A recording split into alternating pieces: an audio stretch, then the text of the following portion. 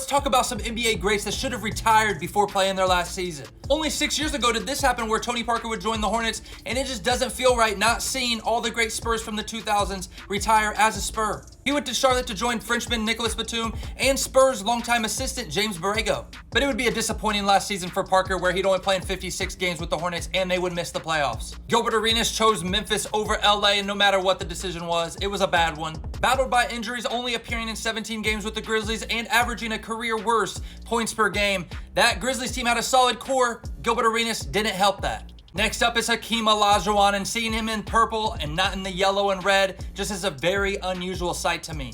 As a 38-year-old, he was offered $13 million a year by his longtime team, the Houston Rockets, but decided to decline and pair up with Vince Carter for $18 million a year. But that season definitely didn't go as planned, averaging career lows in every category. Yes, at one time, Tracy McGrady did play with the San Antonio Spurs. McGrady actually played in China a lot of that 2012 season before signing with the Spurs and trying to get his ring-chasing skills on. But his gas tank was completely empty, only playing in 6 playoff games with the Spurs and only averaging 5.2 minutes a game, and didn't even score once in the whole playoffs.